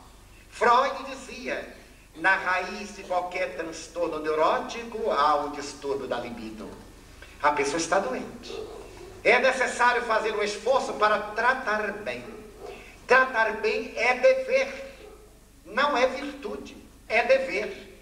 Não podemos ter as mãos ácidas e espinhos. Alguém vem, nós já jogamos uma porção de espinhos e de ácido. É desequilíbrio. Temos o dever de ser corteses. Em nosso idioma, uma palavra muito bonita. Deveremos ser urbanos, cidadãos, gentis, mesmo com aqueles que nos são maus, indelicados. Não pode haver nada que desarme mais uma pessoa do que ela ser grosseira conosco, nós sorrirmos e dizer: agora que o animal já falou, eu quero conversar com você. Porque não é necessário dar uma resposta torpe. Nós podemos dar o não em várias tônicas. Na neurolinguística, tem uma frase para exercitar como falar. De acordo com o tom de voz em cada palavra, a mesma frase tem 6 significados, porque ela tem 6 palavras. Mas isso nos iria desviar. Daí, toda vez que vier a tentação de ser rude com a pessoa que ama, diga, acho muito bonita essa forma portuguesa, desculpe-me lá. Aí dá um coicezinho. E desculpe-me lá, eu pretendo da próxima vez não magoar você. Não temos esse direito de magoar as criaturas. A nossa consciência dita-nos o que fazer. Para ser espírita não é necessário desfazer-se dos bens, porque a pessoa pode abandonar os bens e não abandonar os defeitos. É mais importante abandonar os vícios, as paixões negativas, viver os bens sem ser escravo deles, ser generoso, porque os bens nos permitem fomentar o progresso, abrir indústrias, desenvolver a arte, abrir empregos, pagar salários dignos. São uma forma de dignificar a criatura. Se nós dermos tudo, fomentaremos a preguiça, o paternalismo. A pessoa não tem estímulo para trabalhar. Daí nós deveremos ser generosos, abrirmos a mão, porque as pessoas são mãos de estátua. Não abre a mão nem para dar a Deus, dão a Deus assim, com medo de abrir a mão e cair alguma coisa. Mas nós deveremos fazer a caridade. E a caridade material é muito importante. Temos visto pessoas notáveis, que dão com uma satisfação, que até nos constrangem. A alegria do doador é maior do que a do beneficiário. Temos visto pessoas generosas que o fazem com tal prazer que superam a gratidão do beneficiário. Eu lhes vou contar uma coisa muito interessante da minha vida. É um pouquinho longo, mas é muito interessante. Um dos sonhos da minha vida na juventude era ter um paletó de veludo. Eu moro num clima tropical, 35 graus, quando o inverno está matando todo mundo, está 27. E então, meu sonho era ter um paletó de veludo verde. Naquela época era uma beleza. Mas eu morava num clima tropical, o que fazer? Por fim, eu viajei a São Paulo, que é uma cidade mais fria, e todo mundo estava de paletó de veludo verde, paletó de veludo marrom, e eu morrendo de inveja porque não podia comprar. Era mais caro do que eu havia planejado. Eu retornei a Salvador, eu era funcionário público, e todo funcionário público ganha muito bem, não é? Aqui também. Funcionário público ganha muito bem. No Brasil, a gente ganha maravilhosamente, só não morre a fome porque não lembra. Então, eu juntei durante vários meses o dinheiro da merenda para comprar o tal do casaco. Quando eu voltei a São Paulo, eu fui a uma loja de grife, que já havia, e comprei meu paletó de veludo verde. Coloquei o paletó, mas eu me sentia assim, aquele artista, Richard Gere. Eu sou do tempo de outros artistas, né? Errol Flynn, Tyrone Powell. Então eu digo, meu Deus, mas como eu fiquei bonito, eu sou pálido. Com o contraste do verde, fiquei aquela coisa horrorosa. Parecia que eu tinha saído de uma sessão de maleta, de malária, mas eu achava beleza. Voltei a Salvador, 37, 39 graus, 40 graus. Eu olhava o paletó e disse, mas meu Deus, só pode ser castigo. Pelo menos o senhor me baixa a temperatura para 30 no dia. Eu tenho que vestir o casaco. Não consegui. Chegou o Natal, 38, eu vou vestir, afinal eu comprei, como é que eu não vou vestir? Era o dia que nós íamos atender aos pobres, nós fazíamos distribuição. Aquele calor, eu me vesti.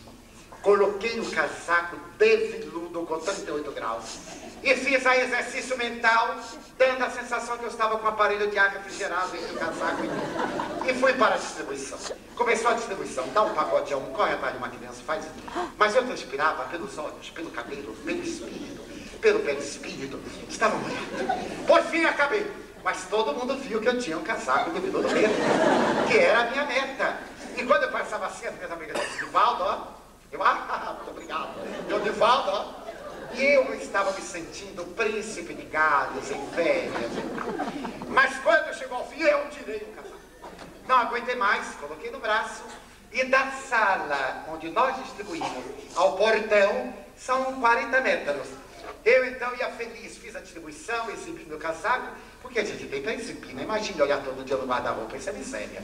Então eu saía, coloquei o casaco, e quando eu ia andando, eu tenho um ouvido muito especial.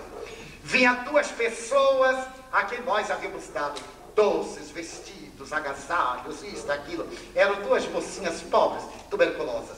E uma dizia para a outra assim, vê, ele era eu, né? Eu ia na frente. Ela devia estar assim, ele viaja, arranja dinheiro para nós e compra casaco de veludo para ele. Eu tive um choque. Eu digo, não é possível que ela pense isso de mim. Mas pensa, né? A gente pensa mesmo. Eu então digo assim, meu Deus, eu nem acertei andar. E eu digo, não é possível. Ela sabe da minha luta. Eu conheci pela voz. Mas que coisa. Aí quando eu cheguei ao portão, lá vinham as duas. Eu olhei e tive vários sentidos. Deu vontade primeiro de beijar, mordendo. Para mostrar minha gratidão. Me deu vontade de dizer, mas você acha que... Depois eu digo, mas eu não posso, eu ensino a fraternidade. Aí eu fui olhando, me veio uma onda de ternura. Elas eram tão sofredoras, tuberculosas, jovens, mães. Ninguém as amava. Éramos nós ali que queríamos bem. Me veio aquela vontade franciscana de abraçá-las. Eu aí olhei o tal do casaco de veludo verde no meu braço.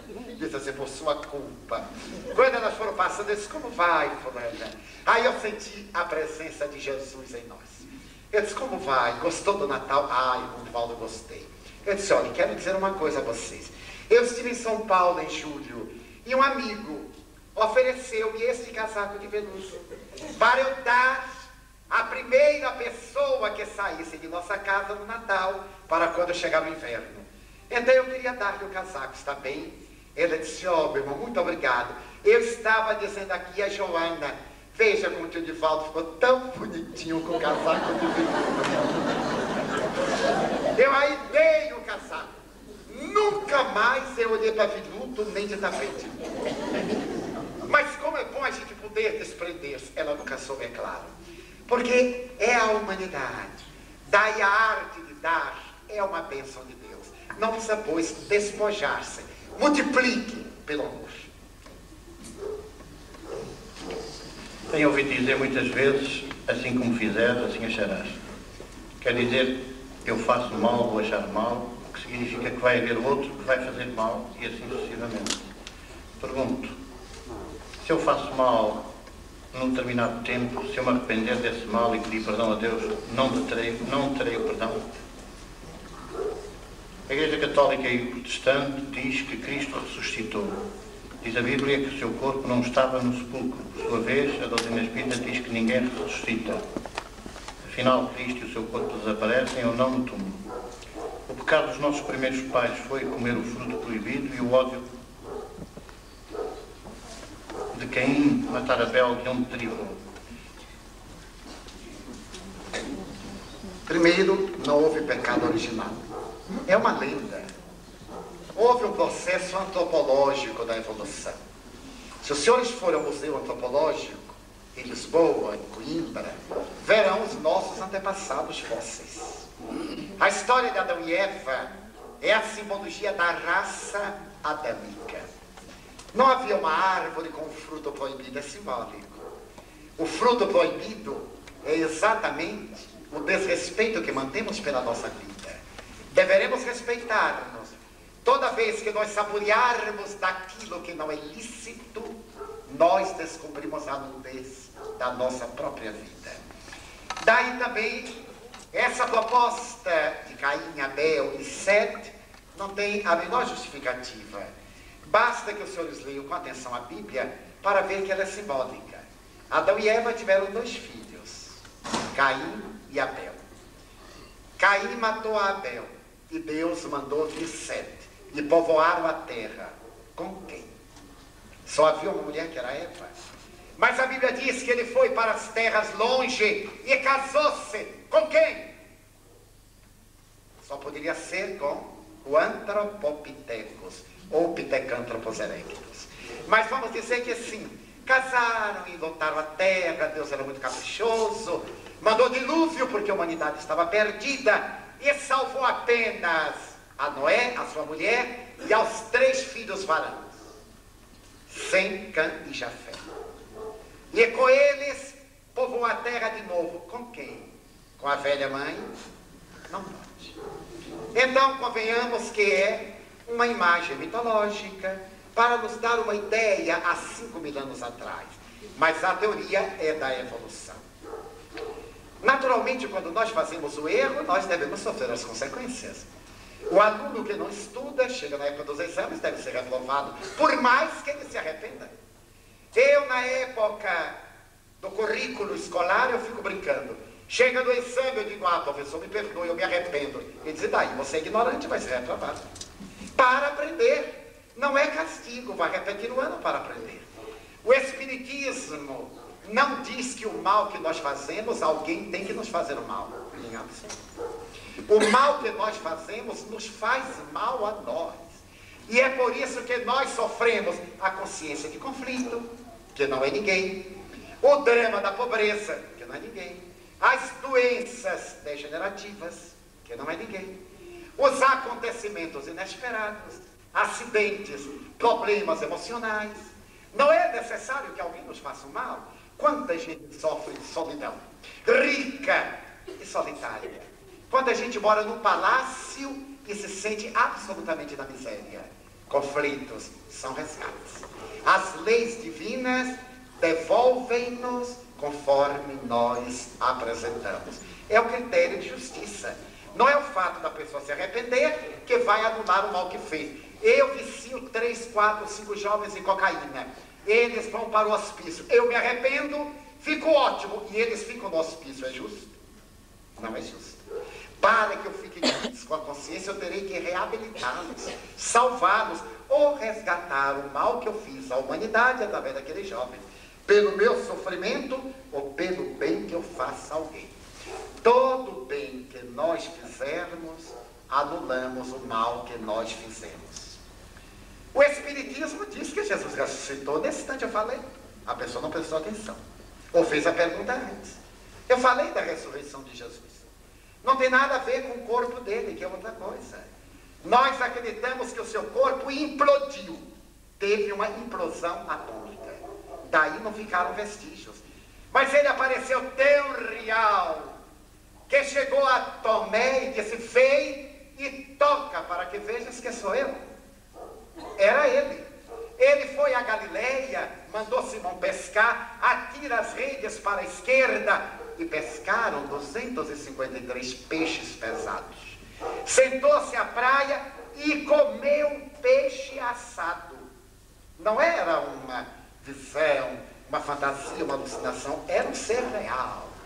E no dia da ascensão, depois de haver estado com os viajantes de Emaús, ele dialogou com mais de 500 testemunhas, depois ascendeu e desapareceu.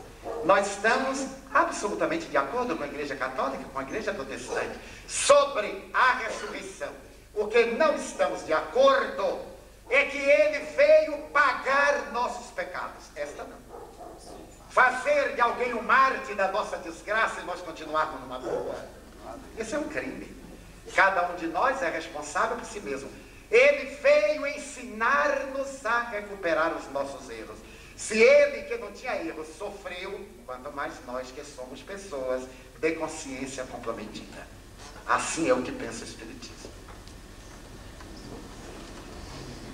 Quando o encarnado sofre uma doença grave que o obriga a estar dependente de outros, não aceitando essa situação, pode acionar sua mente no sentido de provocar o desencarno, a morte, antes do previsto pela lei divina? Uma autodestruição e resultado do desencarno antes do previsto? Pode. Mas ele será um suicida. Voltará de uma paralisia pior e sem a faculdade da razão, para não ludibriar as leis. As leis de Deus são as mesmas para todas. Por que privilégios? Porque todos sofrem quando é a minha hora de sofrer. Eu então não quero sofrer e eu autodestruo meu corpo através da minha ação degenerativa. Eu disse que pode, mas não disse que se dá sempre. Porque muitas vezes o indivíduo quer autodestruir-se para liberar-se e a lei dá-lhe mais tempo até subjugá-lo.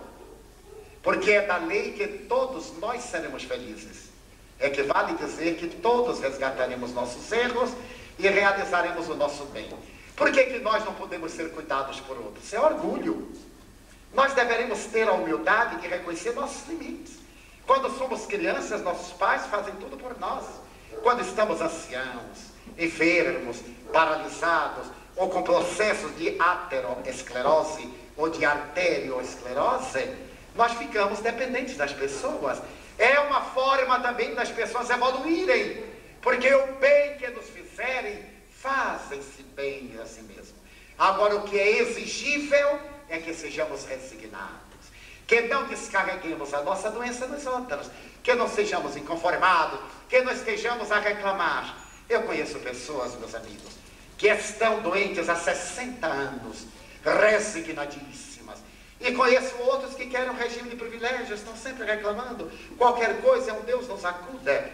Eu tenho visitado cancerosos, aidéticos, ou melhor, portadores de SIDA, em um estado de câncer de Kaposi, e não foram viciados sexuais, não foram viciados de droga, receberam transfusão de sangue e se contaminaram.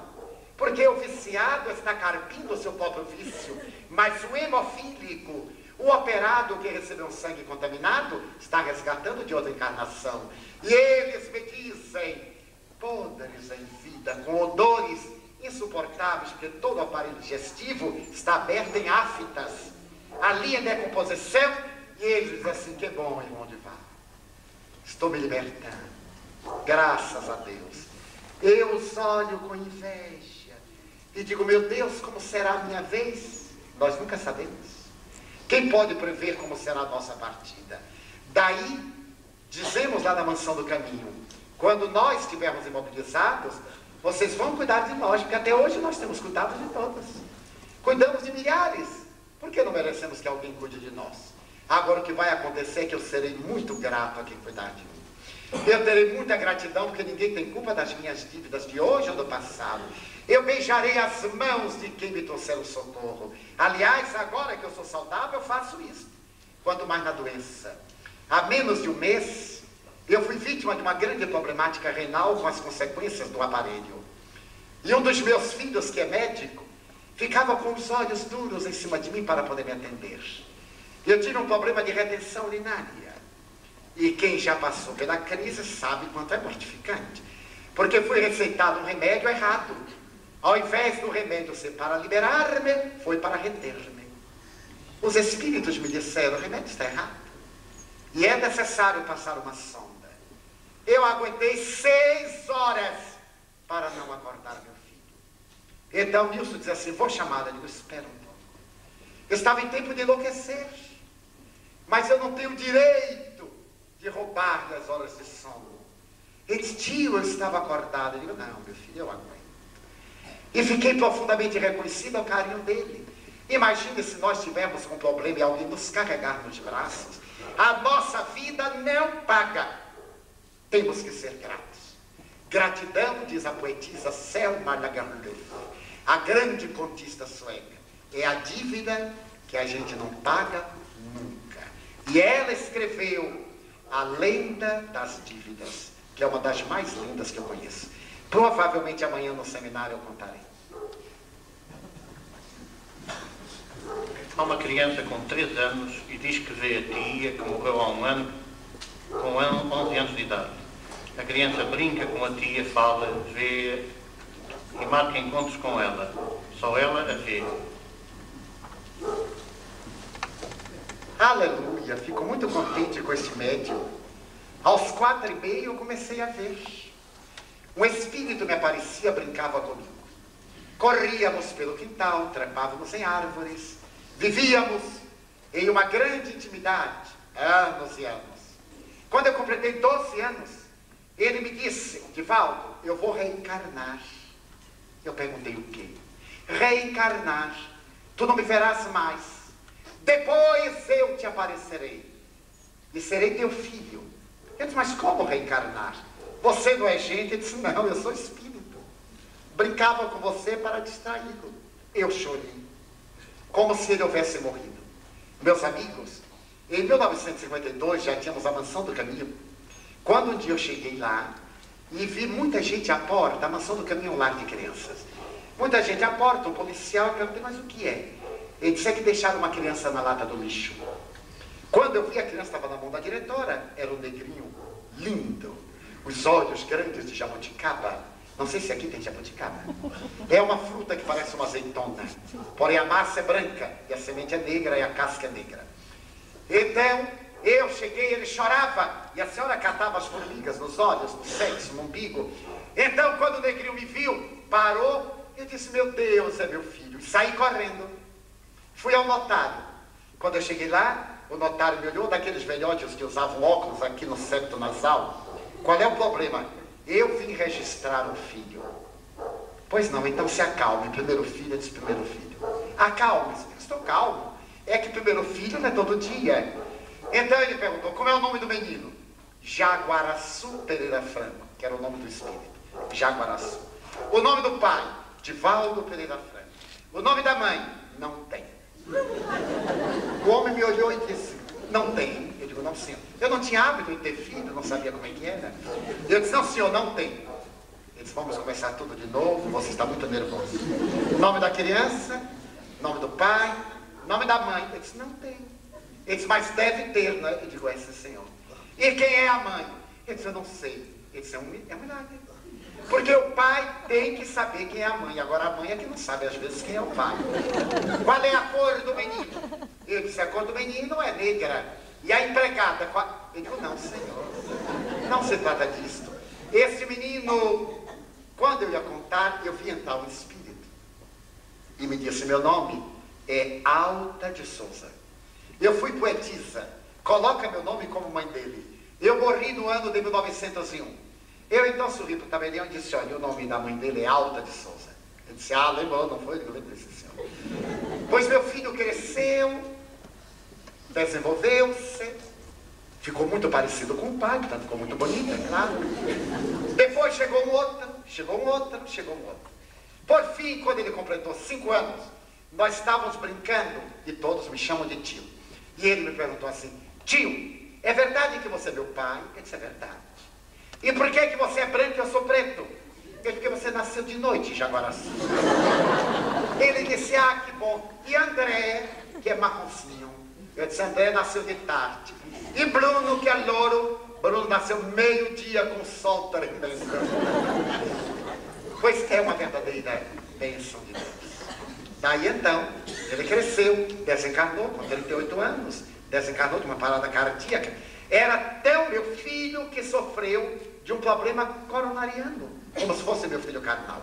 Pois eu vi, quando era criança, a partir de 4 anos e meio. Ele já voltou, já desencarnou, e eu espero que ele volte antes de eu ir, que eu quero vir ser seu filho. Daí eu me congratulo. Os pais tratam essa criança naturalmente. Ele vê, brinca naturalmente, nada de espanto, o que é que você está vendo. Ele é um menino paranormal. É um menino que tem 6 sentidos. Enquanto a maioria tem 5, formidável ter 6, não é? Nesta época de escassez. Então tratem bem. E no momento próprio, levem-no ao centro espírita. Para a evangelização, para a juventude, não para sessões mediúnicas. Se alguém disser que ele precisa frequentar sessões mediúnicas, não, não e não, porque senão ele enlouquece. É necessário deixar que tenha vida normal. Ele é um ser normal com um sentido aguçado. Mas não lhes tomaremos mais tempo. Desejamos agradecer a todos aqueles que nos tornaram possíveis o retorno a Viseu. Primeiramente a Federação Espírita Portuguesa, depois a Associação Espiritualista de Viseu, aos nossos queridos amigos dessa cidade tão espírita, e também aos senhores pela paciência de nos ouvirem até agora. Muito obrigado. Boa noite.